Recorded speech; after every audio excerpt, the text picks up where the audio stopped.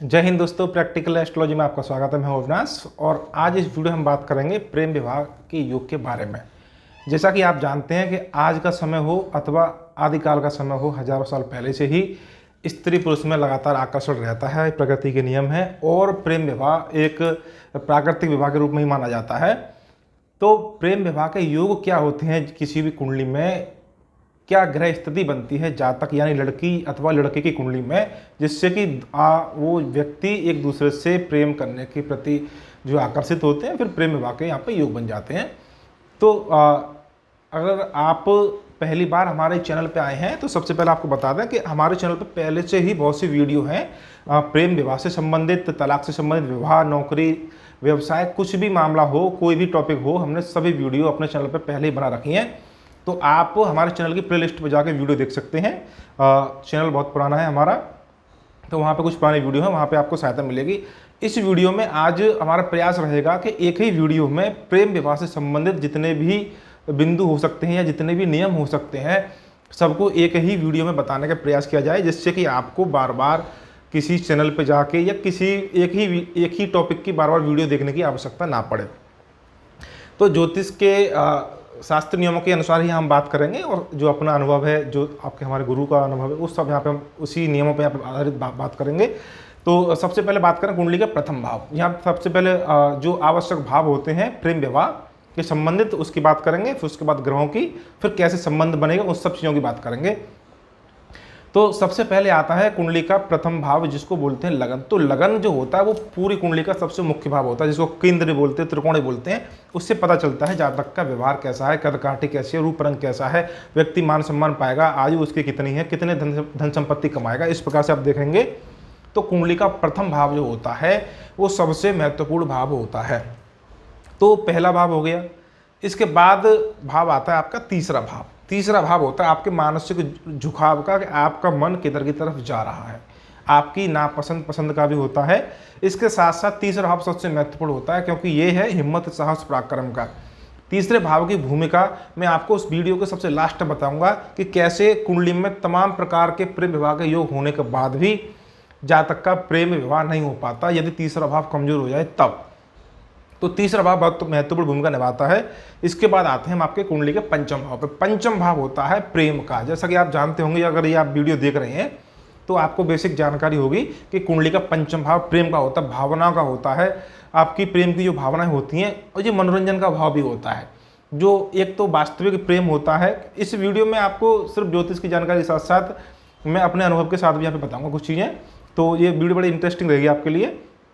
तो कुंडली का जो पंचम भाव जो होता है वो प्रेम के साथ साथ ये मनोरंजन का भाव भी होता है। ऐसा प्रेम जो वास्तविक प्रेम भी हो सकता है अथवा टाइम पास वाला प्रेम भी हो सकता है। तो पंचम भाव प्रेम का, प्रेम की भावनाओं का होता है। तो ये हमारे संकल्प विकल्प दिखाता है, हमारी मित्रता दिखाता है, हमारी योजनाएं, प्रणाली, शिक्षा का होता है। तो बुद्धि का भाव भी होता है, यहाँ बुद्धि का प्रयोग भी व्यक्ति करता है। तो पंचम भाव सबसे महत्वपूर्ण हो जाता है। उसके बाद आता है सप्तम भाव। सप्तम भाव होता है दाम्पत्य का, पत्नी का, पति का, यानी विपरीत लिंगी का होता है, दाम्पत्य जीवन का होता है। ये विवाह का मुख्य भाव होता है, इस भाव से विवाह देखते हैं। इसके बाद आते हैं आपका नवम भाव। ये नवम भाव होता है देवी कृपा का, भाग्य का।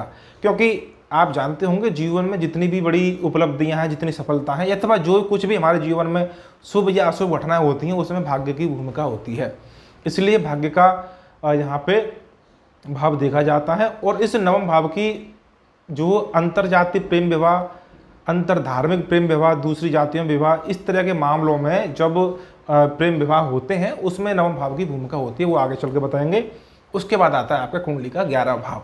जो कुंडली का 11 भाव होता है वो होता है आपके इच्छा पूर्ति का, कि आपने जो चाहा वो आपको प्राप्त हुआ अथवा नहीं। जो आपके मन में इच्छा है वो आपकी इच्छाएं पूरी होंगी अथवा नहीं। तो वो 11 भाव, उसकी बड़ी ही भूमिका होती है। ये आपके मुख्य आपको भाव हो गए। अब लेकिन आपको ये भी समझ लीजिए एक बात, कि प्रेम विवाह में, प्रेम विवाह यानी कि लव मैरिज में और चरित्रहीनता में बड़ी समानताएं बन जाती हैं। कभी कभी ऐसा आपने देखा है कि व्यक्ति जातक अपने आप को एक सफल प्रेमी मानता है, कि मैं तो भाई अच्छा प्रेम करता हूं किसी व्यक्ति से या किसी लड़की से। लड़कियां भी मानती हैं कि भाई हम किसी से अच्छा प्रेम करते हैं, लेकिन वास्तव में उनका प्रेम वासना से भरा होता है। सिर्फ फिजिकल तक ही वो प्रेम सीमित रहता है, और वो ऐसे प्रेम संबंध बनते हैं, टूटते हैं, तो उन कुंडलियों में व्यभिचार के योग होते हैं। व्यभिचार का मतलब व्यक्ति का जो प्रेम होता है मात्र वासना पूर्ति के लिए होता है, फिजिकल तक ही सीमित रहता है, विवाह का कोई उद्देश्य नहीं होता, या ये कहिए कि विवाह के नाम पे ही ये प्रेम का ढोंग, प्रेम का ड्रामा चलता रहता है। तो वहाँ पे जो जो आपके योग होते हैं वो व्यभिचार के योग होते हैं, उसमें भी आपका कुछ भाव सक्रिय हो जाते हैं। जैसे तीसरा भाव उसमें सक्रिय होता है, कुंडली का अष्टम भाव जो आपके गुप्त प्रेम संबंधों को, गुप्तांगों को, गुप्त क्रियाओं को दिखाता है, अष्टम भाव सक्रिय होता है। कुंडली का 12 भाव जो होता है वो भी आपके अतिरिक्त सैया सुख का होता है, व्यभिचार के लिए उसकी भूमिका होती है।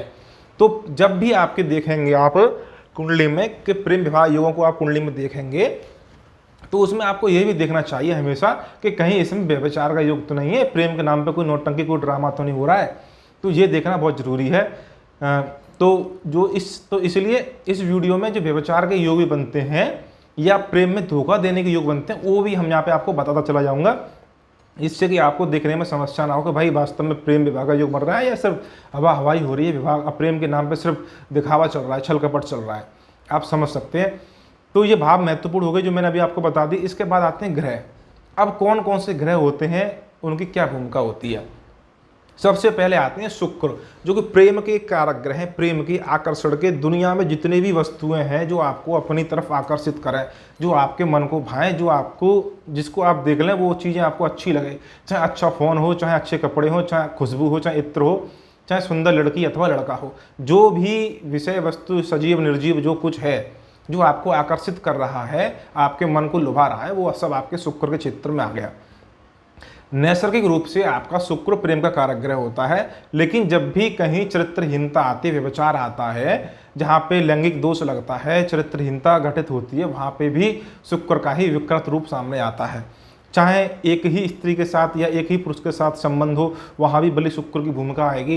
और जहाँ चरित्रहीनता हो, अनेकों स्त्री पुरुषों के साथ संबंध होंगे, वहाँ पे निर्बली पीड़ित शुक्र की भूमिका वहाँ पे निकल के आएगी। तो शुक्र यहाँ पे लड़की हो या लड़का, दोनों की आपकी कामुकता, काम ऊर्जा, आपके प्रेम, वासनात्मक प्रेम, सभी प्रकार के प्रेम संबंधों को नियंत्रित करता है। तो शुक्र का सबसे ज़्यादा महत्व हो जाता है। उसके बाद आते हैं आपके चंद्रमा। चंद्रमा शुक्र से भी मान के चलिए कोमल ग्रह है। चंद्रमा मन का कारक ग्रह है, मानसिक स्थिति, मन की भावनाओं, मन के फीलिंग्स, इमोशंस को कंट्रोल करता है चंद्रमा। तो जब भी आप किसी से प्रेम में होते हैं तो वहाँ पे प्रेम में हो अथवा आप किसी भी सुख में हो, दुख में हो, तो वहाँ पे आपका चंद्रमा यानी कि मन पे प्रभाव पड़ता है। तो जब प्रेम की आप परिभाषा जानेंगे तो प्रेम जब किसी से आपको होगा तो वो आपके मन में निरंतर विचार चलते रहते हैं।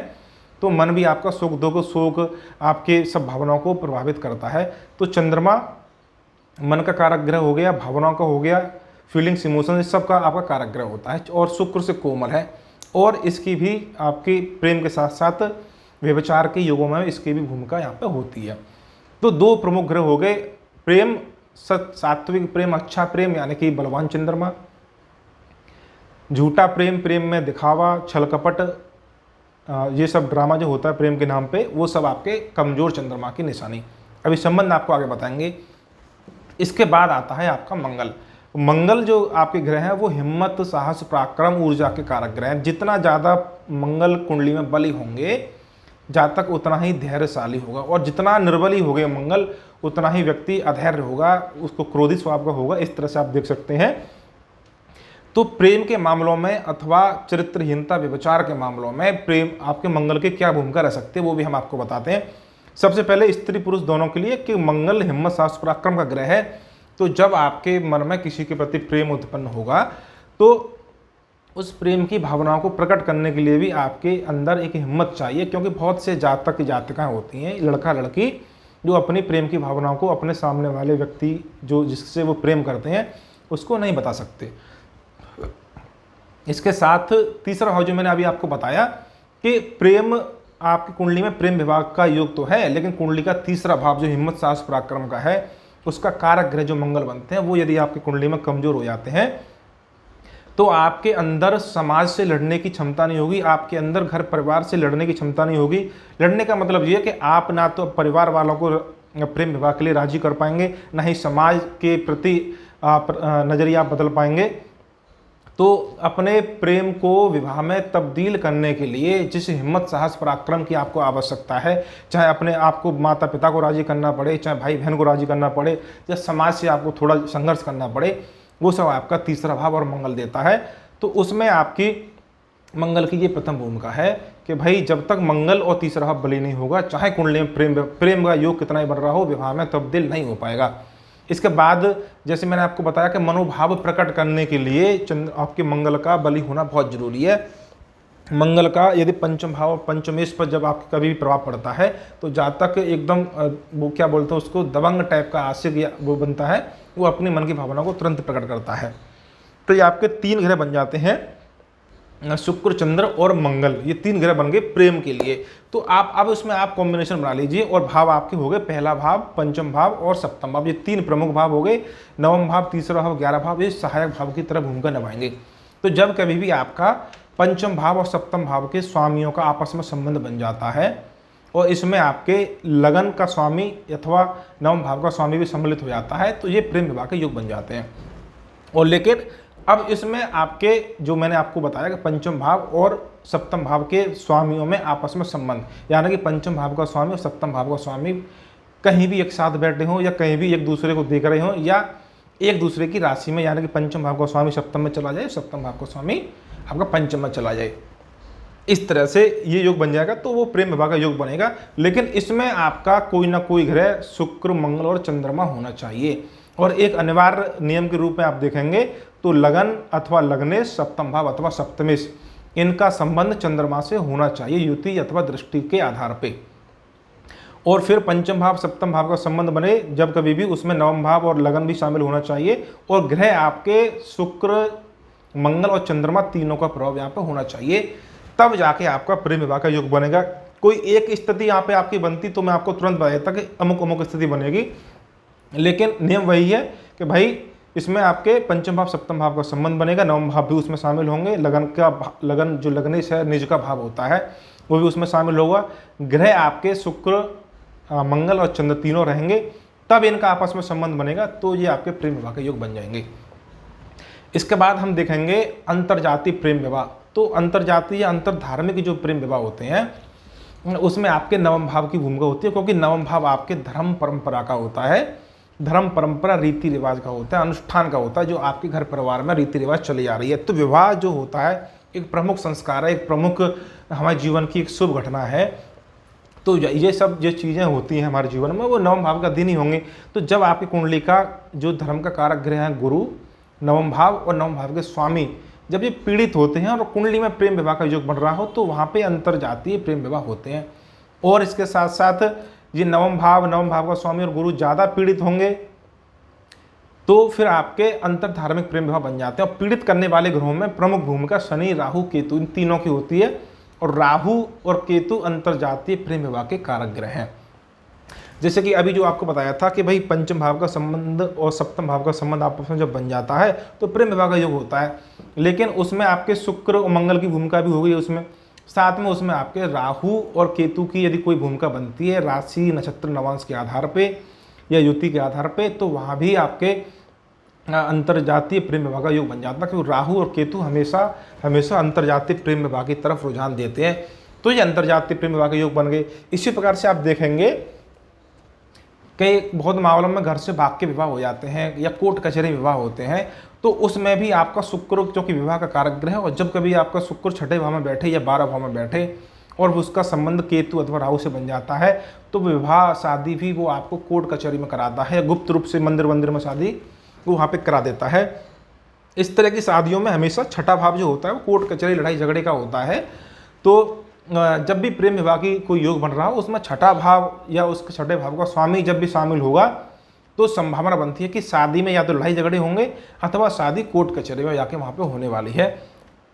राहु यदि शुक्र के साथ एक साथ बैठा हो, छठवें भाव में बैठ जाए शुक्र राहु की युति, अथवा 11 भाव में शुक्र राहु की युति हो, अथवा 12 भाव में शुक्र राहु की युति हो, तब भी आपके घर से भाग के शादी के योग बनते हैं। घर से भाग के शादी के योग के कई भी और भी योग होते हैं, जैसे 12 भाव जब भी सक्रिय होता है किसी भी कुंडली में 12 भाव या 12 भाव का स्वामी, तो वो भी आपके घर से भगा के ले जाता है। तो अगर कुंडली में घर से भागने का योग बन रहा हो और फिर प्रेम विवाह का योग बन रहा हो, तो फिर वो ऐसी स्थिति में प्रेम विवाह के मामले में घर से भागता है। और फिर यदि आपका छठा भाव और नवम भाव आपका सक्रिय है उस इन योगों में, तो वहाँ पे कोर्ट कचहरी के माध्यम से वहाँ पे शादियाँ होती हैं, या मंदिर वगैरह में वहाँ पे शादियाँ होती हैं। तो ये कोई एक ऐसी स्थिति नहीं है वहाँ पे जो आपको ये बता दिया जाए कि इस प्रकार का योग में घर से भाग के शादी होगी। कई कॉम्बिनेशन होते हैं, पूरी कुंडली देखकर ही वहाँ पे सही फल गठन वहाँ पे किया जाता है। अब इसके साथ हम बात करें, ये मैंने आपको बता दिया अंतर्जातीय प्रेम विवाह के बारे में आपको बता दी, घर से भाग के जो विवाह होते हैं उसके बारे में बता दी, प्रेम विवाह के योग की जानकारी दे दी। और इसके साथ तीसरे भाव की जो भूमिका थी जो मैंने आपको बताई थी कि भाई जब तक कि तीसरा भाव बलि नहीं होगा, तीसरे भाव में पापी ग्रहों का बैठना बहुत जरूरी है। तीसरे भाव में सूर्य बैठे, मंगल बैठे, शनि बैठे, राहु बैठे, केतु बैठे, ये पापी ग्रह बैठेंगे तीसरे भाव के स्वामी पे। यदि पापी ग्रहों का प्रभाव होगा तो जातक हिम्मत साहस पराक्रमी होगा। और ऐसे स्थिति में यदि आपका प्रेम विवाह का योग बन रहा हो तो जातक उस प्रेम को विवाह में तब्दील करने के पूरे प्रयास, पूरी मेहनत करेगा। तो वहाँ पे तीसरे भाव में पापी ग्रहों का होना बहुत जरूरी है। और तीसरे भाव में यदि शुभ ग्रह बैठ गए आपके, किसी प्रकार से चंद्रमा आ जाता है, बुध आ जाता है, गुरु अथवा शुक्र बैठ जाते हैं, तो यो आपकी कुंडली में यदि प्रेम विवाह का योग है तो इनकी ये शुभ ग्रह होने के नाते ये आपके हिम्मत साहस पराक्रम को कम करते हैं और ये प्रेम को विवाह में तब्दील होने से रोकते हैं। ये मेरा अपना अनुभव है और कई ज्योतिषियों का अनुभव भी हो सकता है। इस टॉपिक पे हमने अपनी पहले वीडियो बना रखी है, आप चैनल की प्ले स्टोर में जाकर देख सकते हैं। उसका वीडियो का टाइटल था कुंडली में तृतीय भाव और प्रेम संबंध में ऐसी कुछ भूमिका, कुंडली में प्रेम विवाह एवं तृतीय भाव की भूमिका, इस प्रकार से कोई टाइटल है वीडियो का, आप देख सकते हैं। अब आते हैं आप प्रेम में असफलता के बारे में। भाई अभी तो हमने एक ही पक्ष देखा है कि भाई प्रेम विवाह के योग बन रहे हैं। बहुत से जातक ऐसे होते हैं कि उनके अनेकों अनेक प्रेम संबंध हो जाते हैं और वो लेकिन विवाह में तब्दील नहीं हो पाते, प्रेम वहाँ पे संबंध टूट जाता है। इसके साथ साथ कुछ ऐसे भी जातक हैं जिनके प्रेम विवाह तो हो गए लेकिन प्रेम विवाह के बाद भी वहाँ पे तलाक के योग बन जाते हैं और उनके तलाक भी हो गए। एक बार प्रेम विवाह भी हो गए, घर परिवार से लड़के झगड़ के प्रेम विवाह भी कर लिया, उसके बाद वहाँ पे तलाक भी हो गया।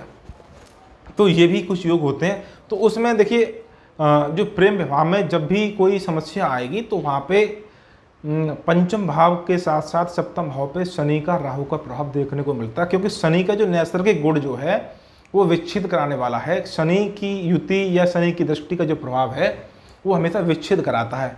उसी प्रकार से आपका सूर्य का जो प्रभाव है वो भी विच्छेद कराने वाली क्षमता होती है उसमें, और राहु भी विच्छेद कराने में माहिर है। तो जब कभी भी आपके जो शुक्र जो प्रेम का कारक ग्रह होता है वो कुंडली में शत्रु राशि में बैठ जाता है, जैसे कि चंद्रमा की कर्क राशि में बैठ जाए, अथवा आपके सिंह राशि में बैठ जाए, अथवा आपके वो कन्या राशि में नीच का हो जाए, या आपके शुक्र कहीं भी अस्त हो जाए, या शुक्र आपका कहीं भी आपका वक्री हो जाए, तो वो जो आपका पीड़ित शुक्र है फिर उस शुक्र पे यदि शनि अथवा राहु की युति अथवा दृष्टि के आधार पे शुक्र का संबंध शनि अथवा राहु से युति दृष्टि के आधार पे बनता है, और शुक्र स्वयं भी यदि आपके पापी राशियों में बैठा हो तो वो शुक्र ऐसा बहुत ज़्यादा पीड़ित हो जाता है। तो ऐसा शुक्र क्या कर सकता है, या तो वो प्रेम में आपके असफलता देगा, पहले वो प्रेम कराएगा और फिर वो प्रेम की भावनाओं को ठेस पहुंचाएगा, वो आपको प्रेम में असफलता देगा। ये एक कंडीशन बन जाती है। इसके साथ साथ वो ऐसा भी कर सकता है कि आपको प्रेम का रस चकाता रहे बार बार। एक प्रेम संबंध शुरू हुआ, फिर आपका एक वो प्रेम संबंध टूट जाता है, फिर दूसरा शुरू होता है, दूसरा भी टूट जाता है, तीसरा शुरू हुआ, तीसरा भी टूट गया। इन संबंधों में सारे संबंध बन भी सकते हैं, नहीं भी बन सकते, ये डिपेंड करता है बाकी अन्य ग्रहों पर और शुक्र पे भी। तो जैसा कि मैंने आपको बताया कि वो व्यभिचार के योग इसमें साथ साथ चलते हैं। कहीं ऐसा तो नहीं है कि शुक्र आपका मकर राशि में बैठ के व्यभिचार के योग बना रहा हो, क्योंकि जब भी आपका शुक्र अस्त हो जाता है तो अस्त होकर पीड़ित जब हो जाता है तो उसकी संभावना रहती है या तो वो शारीरिक संबंधों की एकदम हानि कर दे अथवा वो चरित्रहीन वहाँ पे बना दे। तो चरित्रहीनता के लिए अभी देखेंगे आप तो शुक्र मंगल की युति प्रसिद्ध है। जब भी आपका शुक्र, तो दोबारा क्लियर कर दूं दोबारा मैं कि शुक्र पे जब भी शुक्र पापी राशि में बैठा हो, शनि अथवा राहु का युति दृष्टि से प्रभाव होगा तो प्रेम संबंध वहाँ पर टूटने की प्रबल संभावना होगी। उसी प्रकार से सप्तम भाव अथवा सप्तम भाव का स्वामी जो ग्रह बनता है, क्योंकि ये विवाह का ग्रह है, प्रेम होना अलग बात है, विवाह होना अलग बात है। तो सप्तम भाव के स्वामी पर राहु अथवा शनि इनका युति अथवा दृष्टि से संबंध बनता है तो संभावना है कि विवाह टूट जाए, यानी कि प्रेम विवाह ना हो पाए, प्रेम संबंध टूट जाए। उसी प्रकार से आपका पंचम भाव जो बनता है पंचम भाव का स्वामी यदि आपके शनि से अथवा राहु से युति दृष्टि से प्रभावित है, अथवा पंचम भाव में आपके शनि राहु युति दृष्टि दे रहे हैं, या पंचम भाव में शनि राहु बैठे हुए हैं, तो उनकी प्रबल संभावना है कि भाई वो प्रेम विवाह को आपके प्रेम को तोड़ेंगे, प्रेम विवाह वहाँ पर नहीं होने देंगे। तो ये शनि अथवा राहु की भूमिका होती है, अपनी युति दृष्टि से प्रभावित करते हैं शुक्र को, पंचम भाव को, पंचम भाव के स्वामी को, सप्तम भाव को, सप्तम भाव के स्वामी को। इनमें से किसी को भी, ये 5 फैक्टर हो गए, इनमें से किसी को भी जब ये आपके शनि राहु प्रभावित करेंगे तो एक संभावना होती है कम से कम 1-2 प्रेम संबंध टूटे, अथवा कभी कभी एक ही प्रेम संबंध जीवन में होता है, वही टूट जाता है, फिर विवाह होता है, जो आपके अरेंज मैरिज होते हैं उस तरह से होता है। तो ये विवाह, प्रेम विवाह टूटने के योग बन जाते हैं। इसके साथ पंचम भाव का स्वामी होता है, वो प्रेम का होता है, प्रेम की भावनाओं का होता है, वो भी आपके कुंडली में जब 6ठे, 8वें, 12वें में जाता है और उसका सप्तम भाव से कोई संबंध ना बने और पंचम भाव का स्वामी 6ठे, 8वें, 12वें में चला जाता है, वो भी प्रेम विवाह टूटने का योग, वो भी प्रेम विवाह टूटेगा। वो वाला प्रेम जो होता है, कुछ ऐसे प्रेम संबंध भी होते हैं जिसमें प्रेम विवाह का कोई योग ही नहीं होता है, मात्र पंचम भाव के स्वामी की कोई दशा चल गई, अथवा राहु की अंतर्दशा चल गई, अथवा पंचम भाव में बैठो ग्रहों की आपकी कोई दशा चल जाती है, तो जातक प्रेम की तरफ उसका रुझान हो जाता है, प्रेम संबंध शुरू हो जाता है, उससे शादी का कोई संबंध होता ही नहीं है कुंडली में, तो शादी फिर कैसे हो जाएगी। तो पंचम भाव का स्वामी 6ठे, 8वें, 12वें में चला जाए तो वो भी शादी का पट टूटने का योग बन जाता है। एक और प्रसिद्ध योग होता है जिसमें जातक अथवा जातिका प्रेम संबंधों के नाम पे सिर्फ सामने वाले जातक को धोखा देते हैं, अथवा ऐसे जातकों का खुद की कुंडली में जब जिनके योग होता है, ऐसे जातक आप जो प्रेम संबंध बनाते हैं वो सिर्फ शारीरिक संबंधों के लिए होता है, उनका प्रेम विवाह में कोई रुचि नहीं होती, लंबे लंबे प्रेम संबंध चलते हैं और वहाँ पे वो फिर प्रेम संबंध टूट जाते हैं। प्रथम तो शुक्र मंगल की युति हो जाती है, शुक्र मंगल की युति आपके लगन में हो जाए, पंचम में हो जाए, सप्तम में, अष्टम में, 12 भाव में हो जाए, और विशेषकर यदि आपकी ये जल तत्व राशि में हो जाती है, शुक्र की राशि में हो जाती है, मंगल की राशि में हो जाती है, तो ये चरित्रहीनता का योग है। ऐसे जातक का प्रेम सफलता की कोई गारंटी नहीं होती, ऐसे जातक का प्रेम वासनात्मक प्रेम होता है और यूं ही चलते रहते हैं प्रेम संबंध, ये विवाह में कभी तब्दील नहीं होते हैं। दूसरा योग है पंचम भाव और अष्टम भाव का आपस में संबंध। तो जब कभी आपके पंचम भाव और अष्टम भाव का संबंध बन जाता है, यानी पंचम भाव का स्वामी अष्टम में चला जाए, अष्टम का स्वामी पंचम में चला जाए, और इनमें से किसी भी पंचम का अथवा अष्टम का कोई भी स्वामी मंगल अथवा शनि बन जाए, तो एकदम पक्का योग बन जाता है कि भाई जातक प्रेम संबंधों में धूर्त होगा, प्रेम संबंधों के नाम पे वो सिर्फ वासनात्मक प्रेम संबंध बनाएगा, उसका वास्तविक प्रेम से कोई संबंध नहीं है, वो सामने वाले जातक को धोखा ही देगा। पंचम भाव और अष्टम भाव का जब भी संबंध बनेगा तो ये योग बन जाता है। तो उम्मीद है कि वीडियो आपको अच्छी लगी हो। वीडियो में आपके प्रेम विवाह के योगों के साथ साथ प्रेम संबंध टूटने के योग भी बताए हैं और व्यभिचार के योग भी यहाँ पे आपको बताने का प्रयास किया गया है, किस प्रकार से शुक्र मंगल की युति प्रेम के नाम पर सिर्फ दिखावा होता है और पंचम अष्टम का संबंध ये आपके प्रेम के नाम पे धोखा है, मात्र सिर्फ वासनात्मक प्रेम होता है। उसी प्रकार से आपका शुक्र जो होता है वो भी आपका जब पीड़ित हो जाता है तो प्रेम कुछ नहीं देता, वो प्रेम के नाम पर सिर्फ धोखा और वासनात्मक प्रेम संबंधी देता है।